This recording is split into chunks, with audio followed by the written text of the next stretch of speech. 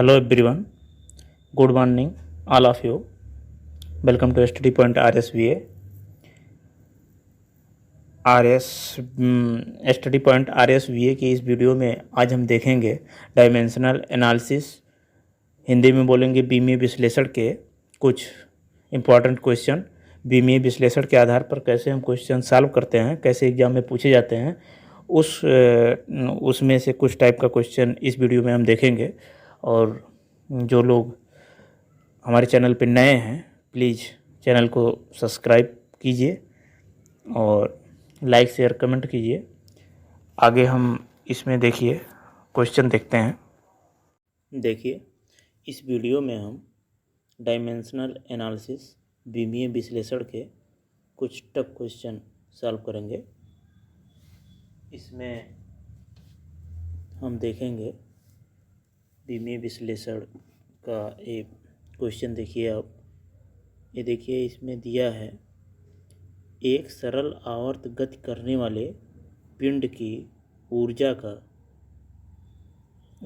E उसके द्रव्यमान यम एवं आवृत्ति n तथा आयाम a पर निर्भर करती है। बीमीय विश्लेषण विधि द्वारा सिद्ध कीजिए कि E बराबर mn स्क्वायर a स्क्वायर। आप इसको जूम करके भी देख सकते हैं। एक सरल आवर्त गति करने वाले पिंड की ऊर्जा E उसके द्रव्यमान यम एवं आवृत्ति n तथा आयाम a पर निर्भर करती है। बीमीय विश्लेषण विधि द्वारा सिद्ध कीजिए कि E बराबर mn स्क्वायर 2a स्क्वायर होगा। ये आपको प्रूव करना है किससे? बीमीय विश्लेषण विधि द्वारा। तो आप देखिए इसमें हम देखते हैं ये कैसे सॉल्व करेंगे। देखिए इसमें क्या होता है, बीमीय विश्लेषण विधि द्वारा इसको सरल आवर्त गति है। तो सरल आवर्त गति में आप देख रहे हैं ये दिया है एक सरल आवर्त गति करने वाले पिंड E। तो जो ऊर्जा है E है, द्रव्यमान। अब इसमें हम मान लेते हैं जो हमारा ऊर्जा है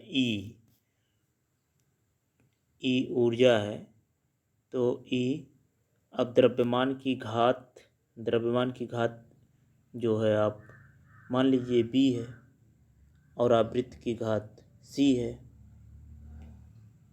और ये क्या है हमारा यहाँ पे, ये हमारा है आयाम की घात D है। मतलब द्रव्यमान यम की घात कितना हम मान रहे हैं? यम की घात हम मान रहे हैं B है, और जो हमारा आवृत्ति है n की घात कितना मान रहे हैं? C, और जो आयाम है a की घात हम कितना मान रहे हैं? D। तो E बराबर नहीं, E प्रोपोर्शनल यहाँ होना चाहिए। E proportional to mn square a square होगा।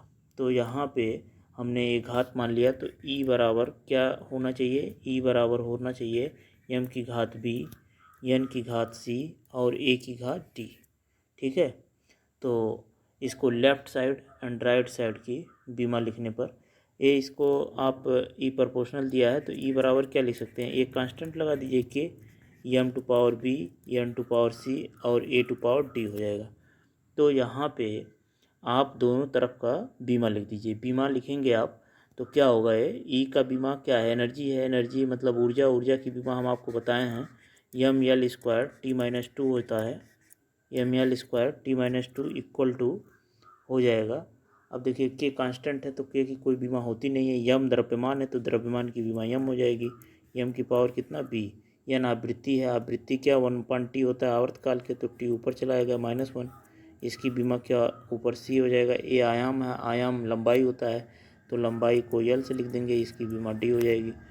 तो इस प्रकार से आप क्या देख सकते हैं यहाँ पे, इधर का क्या है ml स्क्वायर T-2 और इस साइड का क्या हो जाएगा हमारा m to power B T की पावर C। तो यहाँ पे m का पावर कितना है? m का पावर B और टी का पावर हो जाएगा -c और यल का पावर क्या हो जाएगा d, यल का पावर d हो जाएगा। आप यहाँ नीचे इसको ले जाइए, अरे यार मिट भी गया। यहाँ पे आप देख सकते हैं इसको, देख सकते हैं आप M L square T power -2 था, M L square T power -2 था। और यहाँ पे आप अब इसको सीधा सीधा लिख लेंगे, एम की पावर कितना है हमारा b और टी का पावर कितना है -c, टी का पावर -c है। और यल का पावर कितना है, यल का पावर हम कितना माने थे, यल का पावर हम माने थे, यल का पावर था d। तो दोनों तरफ हम बीमा यम टी यल का कंपेयर कर देते हैं दोनों पक्षों का। तो यम का कितना है, यम इधर b है, b बराबर क्या आ जाएगा 1, c इधर -c है, उधर क्या है टी में -2 है, तो c बराबर -c बराबर -2 मतलब c बराबर 2 आ गया। और यल बराबर क्या आ जाएगा, यल बराबर आ जाएगा, यल नहीं d बराबर कितना आ जाएगा 2। तो b बराबर 1 आ गया और c बराबर हमारा 2 आ गया, d बराबर आ गया 2। अब इस जो हमारा पावर आया है इसको आप ऊपर जो ये ई प्रोपोर्शनल टू हमने क्या माना था, M to power B, N to power C, A to power D, इसमें आप रख देंगे, यहाँ पे आप रख देंगे। हमने माना था ई प्रोपोर्शनल टू क्या माना था, M to power B, M to power B, N to power C और जो ए था उसका पावर डी। हमारा एम का पावर कितना आया है, एम का पावर देख लीजिए, ए 1 आया है बी का, एन का पावर हो जाएगा 2 और ए का पावर 2। तो ई प्रोपोर्शनल टू आ जाएगा M N square A square, ठीक है। ई प्रोपोर्शनल टू हमारा कितना आ जाएगा, E proportional to M N square A square. E क्या है हमारा एनर्जी है, एम द्रव्यमान है, एन आवृत्ति है और ये आयाम है। तो यही हमें प्रूव करना था। ये देख लीजिए इसका क्वेश्चन क्या था, एक क्वेश्चन था कि एक सरल आवर्त गति करने वाले पिंड की ऊर्जा ई, उसके द्रव्यमान एम तथा आवृत्ति एन तथा आयाम ए पर निर्भर करता है। तो बीमीय विश्लेषण विधि द्वारा सिद्ध कीजिए E proportional to M N square A square. आप देख लीजिए इस तरीके से हमने दोनों जो द्रव्यमान था और समय था और आवृत्ति थी और ये जो आयाम था उसका power B C D series में मान लिए थे। उसके बाद एक प्रोपोर्शनल करके दोनों पक्षों का हम बीमी में कंपेयर कर दिए एम एल टी का। तो यहाँ से हमारा पावर आ गया b = 1, c = 2, d = 2। तो उसके बाद इसमें हम प्रोपोर्शनलिटी में रख दिए, तो ये प्रूफ हो गया M proportional to M N square A square, ठीक है। नेक्स्ट देख लीजिए इसमें क्या है, नेक्स्ट है कि किसी माध्यम में धुन की चाल v माध्यम की प्रत्यास्थता ई तथा घनत्व d पर निर्भर करती है। बीमी विधि से धुन की चाल का सूत्र ज्ञात कीजिए। देख लीजिए इसको आप ऐसे भी पढ़ सकते हैं, बड़े में देख सकते हैं, किसी माध्यम में ध्वनि की चाल v माध्यम की प्रत्यास्थता ई तथा घनत्व d पर निर्भर करती है, तो बीमीय विधि से ध्वनि की चाल ज्ञात कीजिए। तो बीमीय विधि से ध्वनि की चाल ज्ञात करनी है, ये हमारा क्वेश्चन था। तो इसमें देख लीजिए कैसे होगा। इसमें देखिए ध्वनि की चाल v है, माध्यम की प्रत्यास्थता ई है और जो प्रत्यास्थता ई है और घनत्व d है। तो इसमें भी हम क्या करेंगे, हम मान लेते हैं, इसमें आप मान लीजिए, हम मान लेंगे कि जो हमारा माध्यम की प्रत्यास्थता ई है, ई का घात कितना हम ले रहे हैं, ई की घात ए मान रहे हैं, ए की घात ए है, और जो हमारा घनत्व है d, घनत्व की घात b मान ले रहे हैं। तब निर्भर करती है, तो ये क्या होता है, v जो हमारा ध्वनि की चाल है v प्रोपोर्शनल टू क्या होता है, जो प्रत्यास्थता होगा उसके और जो हमारा घनत्व होगा उसके प्रोपोर्शनल होता है। तो v = यहाँ से आप एक कांस्टेंट लगा दीजिए k e to power a और डी की पावर बी हो जाएगा। आप यहाँ से के क्या है, हमारा कांस्टेंट है, और कांस्टेंट जो होता है वो विमाहीन नियतांक होता है। तो दोनों पक्षों का हम क्या लिख देंगे, विमीय सूत्र लिख देंगे। तो ये जो हमारा वेग है, मतलब वेलोसिटी है, वेलोसिटी बराबर क्या होता है, डिस्प्लेसमेंट अपॉन टाइम, मतलब वेग बराबर होता है विस्थापन बटा समय। तो विस्थापन को अब यल से लिखते हैं, टाइम को टी से लिखते हैं, टी ऊपर चला जाता है तो इसका विमीय सूत्र क्या आ जाता है, यल टी माइनस वन। इसको हमने लिख दिया। और इधर देखिए के का कोई बीमा नहीं होता। ई क्या है, एनर्जी है, ई प्रत्यास्था है। तो प्रत्यास्था का जो प्रत्यास्था है, तो प्रत्यास्था का हमने बीमा निकलवाया था, उसका बीमा आप देख लीजिएगा, होता है M L minus one, M L minus one T square, M L minus one T power minus two होगा। ये प्रत्यास्था का बीमा होता है, इतना हो जाएगा। और घनत्व क्या होता है, द्रव्यमान बटा आयतन, द्रव्यमान का यम और आयतन का वी क्यूब होता है, मतलब यल क्यूब हो जाएगा, ऊपर जाएगा यल माइनस वन हो जाएगा, तो उसका हो जाता है M L to power minus three. अब देख लीजिए यहाँ पे इसका हमने क्या माना है, ए, और इसका माना है बी, इसका ए माना है, इसका बी माना है। फिर आप आराम से यहाँ पे देख लीजिए क्या हो जाएगा। ये हमने क्या लिखा था यहाँ पे हमने लिखा था यल टी माइनस वन, यल टी माइनस वन था, और ये यल बराबर था ना, ये यल बराबर नहीं था, बी बराबर था। तो यहाँ से आप आराम से लिख सकते हैं यल टी माइनस वन, यहाँ माइनस था, यल टी माइनस वन, और इधर क्या हो जाएगा हमारा, इधर हो जाएगा, आप लिख सकते हैं यम स्क्वायर यल माइनस, अब इस पे देखिए ये जो पावर है तो ये भी आ जाएगी। तो यहाँ से आप इसको थोड़ा सा सही कर लीजिए, ये क्या होगा, ये यम का जब आएगा तो आप यहाँ से यम पे क्या हो जाएगा, यम का ए से ए हो जाएगा ए, और इधर भी बी है तो ए प्लस बी हो जाएगा। ठीक है, यम का पावर कितना हो जाएगा, ए प्लस बी। और फिर यल आता है तो यल का कितना हो जाएगा, यल माइनस ए है, माइनस ए, और फिर इधर बी माइनस हो जाएगा तो माइनस थ्री बी हो जाएगा यल का। उसके बाद आता है टी, टी का कितना हो जाएगा, माइनस टू ए। तो इतना हो जाएगा हमारा। दोनों पक्षों में इसका तुलना कर दीजिए तो ए प्लस बी बराबर कितना आ जाएगा, यम है नहीं तो वो जीरो हो जाएगा, और यल का है माइनस कितना है, माइनस ए माइनस थ्री बी बराबर यल का वन है। तो यहाँ से आप इसकी तुलना कर दीजिए, ये कितना आ जाएगा हमारा, और ये देख लीजिए टी, टी टी कितना आ जा रहा है यहाँ से, माइनस टू ए बराबर माइनस वन, तो वन माइनस माइनस प्लस हो जाएगा, तो ए बराबर आ जाएगा वन बाई टू, ए बराबर आ जाएगा हमारा वन बाई टू। तो यहाँ से आपका बी बराबर क्या आ जाएगा, ए बी बराबर आ जाएगा, ए है minus one by two minus three B equal to one, तो माइनस थ्री बी बराबर हो जाएगा वन प्लस हाफ, दो के नम दो, थ्री बाई टू, मतलब माइनस थ्री बी बराबर हो गया, माइनस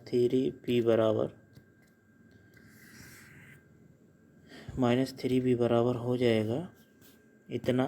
तो बी बराबर कितना हो जाएगा, बी बराबर हो जाएगा three by two into three, तो बी बराबर हमारा कितना आ गया, और ये माइनस बी है ना, थ्री से थ्री कैंसिल हुआ तो बी बराबर आ गया माइनस हाफ आ जाएगा।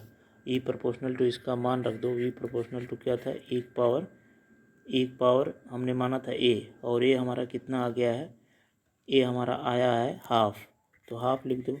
और ए कितना आया है, बी ई और डी था ना, डी पावर माइनस हाफ। तो देखो वी प्रोपोर्शनल टू, इसको लिख सकते हो रूट में ई, और ये कितना है डी का, बी कितना आया माइनस हाफ, तो माइनस हाफ ये नीचे चला जाएगा, तो इसको आप लिख सकते हो वन अपॉन रूट टी, या आप दोनों को मिला के V proportional to under root E by D लिख सकते हो। ठीक है, ये हमारा क्वेश्चन हुआ। क्वेश्चन क्या था कि किसी माध्यम में धुन की चाल वी माध्यम की प्रत्यास्थता ई तथा घनत्व डी पर निर्भर करती है। विमीय विधि से ध्वनि की चाल का सूत्र ज्ञात कीजिए। तो यहाँ पे हमने क्या किया, v proportional to E power E T होता है, तो यहाँ पे हम मान लिए हैं कि प्रत्यास्थता का घात a और जो घनत्व है उसका घात कितना b मान लिया है। तो v proportional to E power a D power b हो जाएगा। तो फिर यहाँ से क्या किए हैं, v बराबर के कांस्टेंट एक डाल दिए हैं। तो v का जो बीमा होता है वो LT-1 होता है, क्योंकि बेग होता है, बेग बराबर विस्थापन बटा समय, और विस्थापन का लंबाई है L में लिखते हैं, समय का T है, T पावर -1 हो जाएगा। तो LT-1 और इधर हो जाएगा हमारा K E power a T power b यम L-1 T-2 a हो जाएगा। और इतने a हो जाता है b में क्या है d, द्रव्यमान बराबर क्या होता है हमारा, अरे वो d क्या है, घनत्व, घनत्व बराबर होता है डेंसिटी बराबर द्रव्यमान अपन वॉल्यूम, द्रव्यमान अपन आयतन, द्रव्यमान का यम और आयतन का क्या होता है v क्यूब। v क्यूब मतलब इसका मीटर क्यूब होता है, जो मात्रक होता है। तो मीटर क्यूब को l से लिखेंगे, l क्यूब हो जाएगा, l ऊपर चला जाएगा तो L-3 हो जाएगा। तो यम L-1 हो जाएगा हमारा द्रव्यमान का विमीय सूत्र, और एनर्जी ये जो होता है प्रत्यास्थता का यम L-1 T-2 होता है। अब देखिए यहाँ पे क्या होगा, जब a अंदर आएगा तो a यम का पावर a है 1 है, तो a से 1 में गुणा होगा तो a, और यहाँ पे दूसरे वाले में b अंदर आएगा, यम का पावर 1 है तो a हो जाएगा। तो दोनों जुड़ेंगे, घातें जुड़ जाएंगी, जब बेस बराबर है, दोनों यम यम है तो घातें जुड़ जाएंगी, a प्लस b हो जाएगा। और यल क्या होगा हमारा -a, और यहाँ पे -3 है तो -a -3 b -a हो जाएगा, -3b हो जाएगा, और t में यहाँ पे -2a हो जाएगा। अब देखिए उधर क्या है L-T-1, तो यम का क्या है 0 है पावर, तो a प्लस बी बराबर हमने 0 लिख दिया, और -2a बराबर देखो -1 है, t का पावर -a आ गया, तो माइनस प्लस a बराबर हो गया हाफ, और इधर -a -3b इक्वल टू 1 है, तो -हाफ a निकल गया हाफ, -हाफ -3b हो जाएगा, उधर जुड़ेगा 1 प्लस हाफ 3/2, तो b बराबर हो जाएगा 3/2 इंटू 3 कैंसिल, तो b बराबर क्या आ जाएगा -हाफ। अब वो जो हमारा फार्मूला था उसमें हम रख देंगे इसको, तो ई टू पावर हाफ हो जाएगा, डी का पावर -हाफ हो जाएगा। हाफ का मतलब क्या है, उसका वर्गमूल होगा, वर्गमूल को 1/2 लिखते हैं m1/2, और ये माइनस है तो माइनस मतलब नीचे में वर्गमूल हो जाएगा, तो ये v प्रोपोर्शनल टू क्या हो जाएगा हमारा √E/d हो जाएगा। ठीक है, नेक्स्ट क्वेश्चन हम देखते हैं क्या है। नेक्स्ट क्वेश्चन है, किसी वृत्तीय कक्षा में घूम रहे कण पर लगने वाला अपकेंद्रीय बल F कण का द्रव्यमान यम वृत्त की त्रिज्या r एवं कण की चाल पर निर्भर करता है। विमीय विधि द्वारा अपकेंद्रीय बल के लिए सूत्र ज्ञात कीजिए। विमीय विधि द्वारा अपकेंद्रीय बल के लिए सूत्र ज्ञात कीजिए। इसको आप बड़े में भी जूम करके देख सकते हैं क्या होगा। ये क्या होगा, किसी वृत्तीय कक्षा में घूम रहे कण पर लगने वाले अपकेंद्रीय बल F कण का द्रव्यमान यम वृत्त की त्रिज्या r एवं कण की चाल पर निर्भर करता है। कण की चाल क्या होगा, यहाँ पे कण की चाल v होगा, ये v लिखना चाहिए था यहाँ पे। कण की चाल कितना होगा, कण की चाल v, कण की चाल जो है v है, कण की चाल v पर निर्भर करता है। तो आपको यहाँ पे अपकेंद्रीय विमीय विधि द्वारा अपकेंद्रीय बल का ज्ञात करना है, क्या फार्मूला ज्ञात करना है, फार्मूला ज्ञात करना है। तो यहाँ पे आप देख लीजिए कैसे ज्ञात होगा। यहाँ पे आप फिर मान लीजिए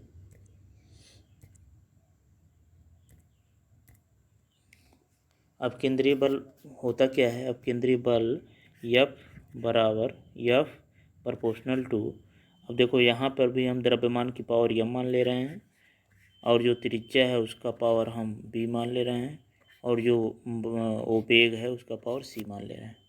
ठीक है, उसका पावर क्या मान ले रहे हैं, c मान ले रहे हैं। उसका पावर जो है हम c मान ले रहे हैं। तो ज़्यादा पतला हो गया क्या,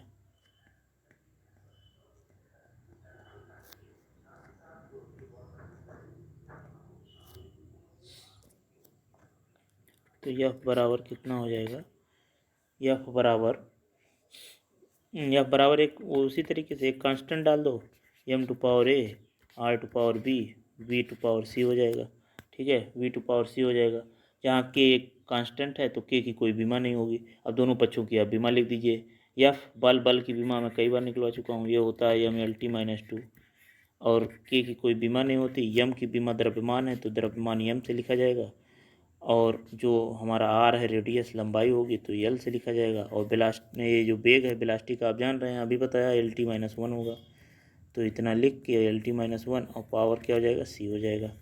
तो यहाँ से आप क्या कर सकते हैं, यम की पावर कितना हो जाएगा, ए, एल की पावर ए प्लस सी, और टी की पावर क्या हो जाएगी, टी की पावर माइनस सी, टी की पावर हो जाएगा माइनस सी। ठीक है, यम की पावर ए और एल की पावर क्या हो जाएगा, एल का पावर हमारा ये देखो बी आ रहा है ना, तो ये बी होगा, बी प्लस सी, और टी का पावर सी होगा, ए माइनस का सी होगा, सी होगा माइनस का सी होगा। और इधर क्या है, M L T minus to, M L हमारा टी माइनस टू हो जाएगा। ठीक है, इसको थोड़ा आप ऊपर कर लीजिए, उसके बाद सॉल्व कर लेते हैं इसको। क्या होगा ये हमारा क्या होगा, यहाँ पे M L T minus to आया था ना, और ए कितना आया था, ये देख लीजिए, ये आया था हमारा, ये आया था एम की पावर इतना ए, तो इसको कंपेयर कर लीजिए ना, M L T minus two, तो ए बराबर क्या आ जाएगा, ए बराबर आ जाएगा वन। क्यों, ए बराबर हमारा वन आ जाएगा। और ए प्लस सी नहीं, यहाँ बी रहेगा ना, बी प्लस सी बराबर कितना आ रहा है हमारा, बी प्लस सी वन है ना, तो बी प्लस सी बराबर वन आ जाएगा। और ए माइनस सी बराबर क्या आ रहा है, माइनस टू, तो सी बराबर कितना आ जाएगा, टू। तो यहाँ से बी प्लस सी बराबर एक है, सी बराबर टू आ गया, तो बी प्लस सी बराबर वन है, सी बराबर आ गया हमारा टू, तो बी बराबर कितना आ जाएगा, माइनस वन। ए बराबर इतना है, तो इसका मान आप रख दीजिए वहाँ पे, इसकी वैल्यू जो है आप ऊपर रख दीजिए, क्या हो जाएगा वहाँ पे, यहाँ पे हो जाएगा एफ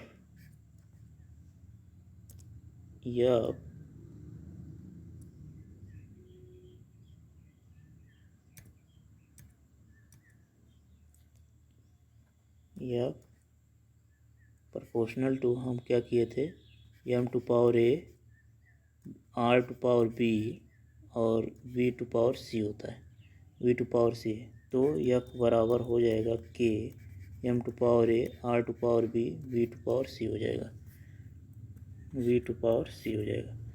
तो यहाँ से क्या आ जाएगा हमारा, यहाँ से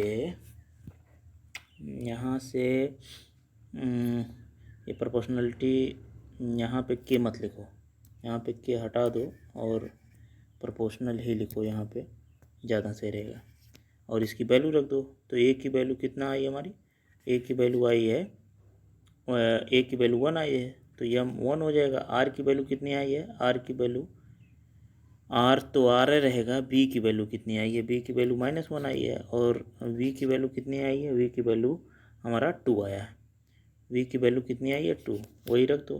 तो एफ देखो फिर प्रोपोर्शनल लग गया, एफ प्रोपोर्शनल टू कितना आ गया हमारा, यम, आर नीचे चला जाएगा, वी स्क्वायर बाई आर। तो अब केंद्रीय बल क्या होता है, यह proportional to M V square by R होता है। तो यही हमारा फार्मूला हो गया केंद्रीय बल का, यह proportional to M V square by R, ये हमारा फार्मूला हो गया इसका। देख लीजिए क्या था, यहाँ पे एक क्वेश्चन दिया था, क्वेश्चन क्या दिया था कि किसी वृत्तीय कक्षा में घूम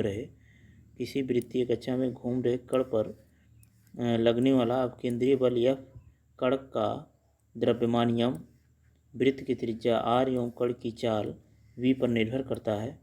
विमीय विधि द्वारा अपकेंद्रीय बल के लिए सूत्र ज्ञात कीजिए। तो हम जानते हैं एफ प्रोपोर्शनल टू अपकेंद्रीय बल क्या होता है, एफ प्रोपोर्शनल टू, ऐसे हम माना अपकेंद्रीय बल किसके, द्रव्यमान, और द्रव्यमान यम का पावर ए मान लिए हैं, जो त्रिज्या है आर और वेग है वी, सबके प्रोपोर्शनल होता है, ऐसा हमने मान लिया। और ये जो यम का पावर है वो ए है, आर का पावर बी और वी का पावर सी है। ऐसे हमने मान लिया। टेम्परेरी में जो होगा वो देखा जाएगा कैसे क्या होगा। उसके बाद हम एफ बराबर क्या कर देते हैं, एक कांस्टेंट लगा देते हैं के M to power A R to power B. R to power B हो जाएगा, देखिए यहाँ पे R to power B V to power C. तो यहाँ पे दोनों पक्षों में हम बीमेय सूत्र लिख देते हैं। बल का बीमेय सूत्र M L T minus two होता है। यम का द्रव्यमान है, यम होगा। आर का लंबाई है, रेडियस, तो आर होगा। और वी जो है, वी वेलोसिटी है, तो ये हो जाएगा एल टी माइनस वन। तो यहाँ पे फिर हमारा क्या हो जाएगा, M L T minus two और ए इधर गुणा होगा, ए हो जाएगा। और यल पे बी है और यहाँ गुणा होगा, यहाँ पे बी हो जाएगा और इस पे गुणा होगा सी, तो बी प्लस सी हो जाएगा यल पे, टी पे माइनस सी हो जाएगा। दोनों पक्षों में कंपेयर कर दीजिए घातों का। बेस जो इसका बराबर है उसका उससे हो जाएगा। यम का ए बराबर वन हो जाएगा, बी प्लस सी बराबर हो जाएगा वन, और सी माइनस सी बराबर माइनस टू हो जाएगा, सी बराबर टू आ जाएगा, सी बराबर टू आ जाएगा। तो इसमें रख दीजिए B plus two equal to one, तो बी बराबर माइनस वन आ जाएगा। और ए बराबर हमारा सीधा यम पे एक ही है, एक आ जाएगा, जिसको इसमें रख देंगे। तो हमारा ये आ जा रहा है F proportional to M V square by R. F proportional to M V square by R आ जा रहा है। तो एक क्वेश्चन और हम इसमें देख लेते हैं, ये क्या है। पारे का घनत्व 13.6 ग्राम प्रति सेंटीमीटर क्यूब है। यदि द्रव्यमान तथा लंबाई एमकेएस पद्धति में नापी जाए तो इस पद्धति में पारे का घनत्व कितना होगा।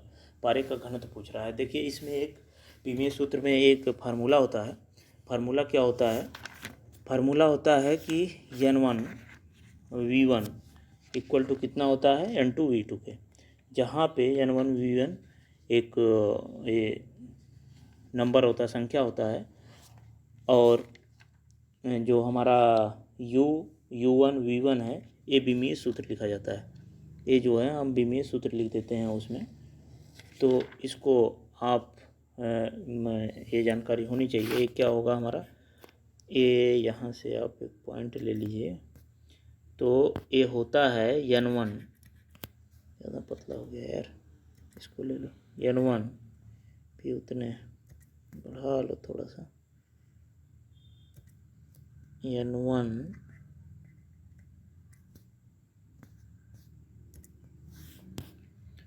U1 इक्वल टू होता है N2 U2, ठीक है। N1 U1 इक्वल टू होता है N2 U2। तो यहाँ से आप ये फार्मूला ले लीजिए। उसके बाद देखिए क्या कह रहा है, एक कह रहा है कि एक ये जो हमारा क्वेश्चन था वो क्या था, पारे का घनत्व 13.6 ग्राम प्रति सेंटीमीटर क्यूब है। तो N1 U1 बराबर इतना है। यदि द्रव्यमान तथा लंबाई एमकेएस पद्धति में नापी जाए तो इस पद्धति में पारे का घनत्व कितना होगा, यही पूछ रहा है ना। तो घनत्व का इसमें आप ऐसा करिए, N2 U2 बराबर N1 UN ले लीजिए। तो हमें N2 निकालना है ना, ये क्या निकालना है, पारे का घनत्व निकालना है। पारे का घनत्व मान लीजिए ये N2 बराबर क्या हो जाएगा हमारा, यहाँ से N1 U1 बाई U2, यही तो हो जाएगा N1 U1 बाई U2। अब N1 क्या है, नंबर है जो दिया है, कितना पारे का घनत्व 13.6 दिया है, तो 13.6 ये हो जाएगा। अभी पहले इसका आप बीमा लिख लीजिए, बाद में इसको हम ये लिख लेंगे। N1 हो गया, यहाँ पे क्या हो जाएगा हमारा M1, इसका हो जाएगा M2, और ये दूसरा क्या हो जाएगा यहाँ पे हमारा L1 बाई L2। प्रति सेंटीमीटर क्यूब था ना, तो ऊपर जाएगा माइनस हो जाएगा। तो यहाँ से क्या हो जाएगा हमारा N1 कितना है 13 हमारा 13.6 हो जाएगा। और ये M1 है ग्राम में, पहला ग्राम में है ना, पहला ग्राम में है, बटा सेंटीमीटर क्यूब, बटा जो है दूसरा वाला कितने में है, पहले ग्राम में, एमकेएस पद्धति में होता है किलोग्राम, यहाँ पे किलोग्राम हो जाएगा, इतना किलोग्राम में हो गया। और ये जो है ये कितना था, ग्राम प्रति सेंटीमीटर क्यूब है ना, एमकेएस पद्धति में पूछ रहा है, तो एमकेएस पद्धति में ये किलोग्राम हो जाएगा, ये सेंटीमीटर में है, सेंटीमीटर बटा है, ये जो है मीटर में हो जाएगा नीचे, और ये दोनों का क्या है, क्यूब है। तो आप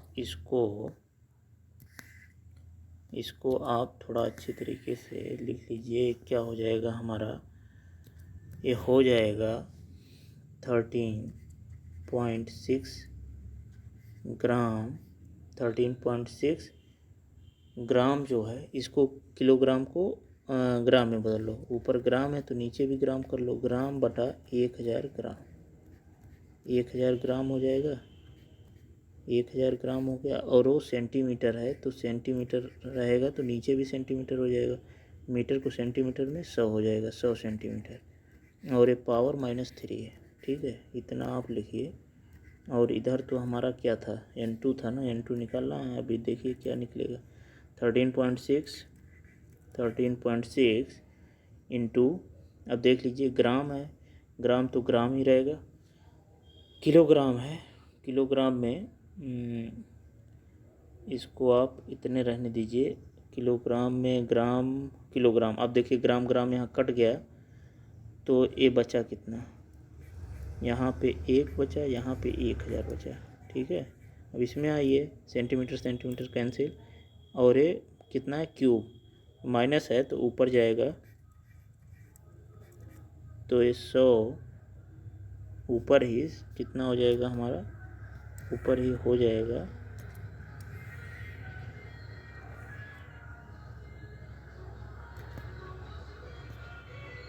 100 गुणे 100, 2 बार हो जाएगा ना। 100 गुणे 100 गुणे 100, क्योंकि ये सेंटीमीटर 3 है ना, 3 ऊपर जाएगा, ये प्लस हो जाएगा 100 से ऊपर, तो 3 बार 100 गुणा हो जाएगा।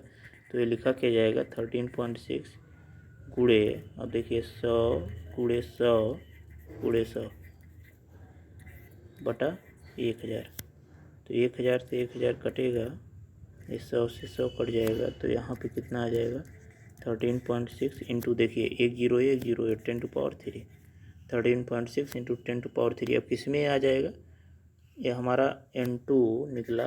N2 बराबर कितने आ जाएगा MKS पद्धति में, मतलब किलोग्राम प्रति मीटर क्यूब में आ जाएगा। तो इसका आप देख लीजिए क्या था इसमें था कि पारे का घनत्व 13.6 ग्राम प्रति सेंटीमीटर क्यूब है, प्रति सेंटीमीटर क्यूब है। यदि द्रव्यमान तथा लंबाई MKS पद्धति में नापी जाए तो पद्धति में पारे का घनत्व क्या होगा। MKS पद्धति में पारे का घनत्व पूछ रहा है। देखिए इसमें बीमीय सूत्र में फार्मूला होता है N1V1 = N2V2। N1 क्या है, यहाँ पे नंबर होता है उसका, उस पद्धति में। एक पद्धति से दूसरे पद्धति में, मतलब एक सिस्टम से दूसरे सिस्टम में, जैसे यहाँ पे है, ये क्या है, CGS में है, MKS में बदलना है, तो इसके लिए फार्मूला होता है N1U1 = N2V2। तो वहाँ से दूसरे पद्धति में जो चेंज करना होता है उसको मान लिया जाता है।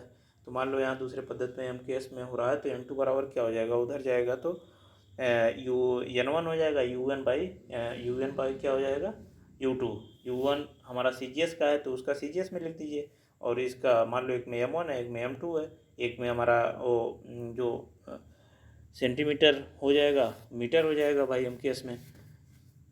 फिर वो किलोग्राम में है, ग्राम में चेंज कर दो। एक किलोग्राम में है, एक किलोग्राम में है ना, किलोग्राम में है, ग्राम में 1000 हो जाएगा, सेंटीमीटर मीटर में है तो 100 हो जाएगा। ये जो 100 है एक क्यूब है, ऊपर नीचे आएगा तो प्लस में हो जाएगा, प्लस में ये पलट जाएगा ऊपर तो प्लस में चला जाएगा, तो प्लस में 100 गुणे 100 गुणे 100 3 बार हो जाएगा। देखो 1003 कटा और 3 जीरो बचेगा, तो 10⁻³ 13.6 इंटू 10⁻³ किलोग्राम मीटर क्यूब हो जाएगा। इस तरीके से बीमीय सूत्र में जितने भी टाइप के क्वेश्चन थे हमने पूरा इसमें सॉल्व करा दिया है। इससे बाहर और कोई क्वेश्चन होता नहीं इसमें बीमीय सूत्र में, तो आप इसको देख लीजिएगा। और अब हम कोई दूसरा चैप्टर शुरू करेंगे यहाँ पे बीमीय सूत्र का। Thank you watching for this video. आप हमारे चैनल पे अगर पहली बार विजिट कर रहे हैं, पहली बार देख रहे हैं हमारे चैनल को, तो प्लीज़ हमारे चैनल को सब्सक्राइब कीजिए और बेल आइकन का बटन भी प्रेस कीजिए। इससे आपको ये जो वीडियो नई पड़ेगी उसका नोटिफिकेशन तुरंत आप तक पहुंच जाएगा।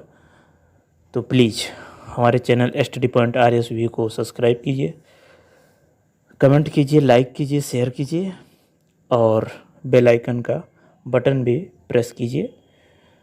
Thanking you watching for this video. Thanks.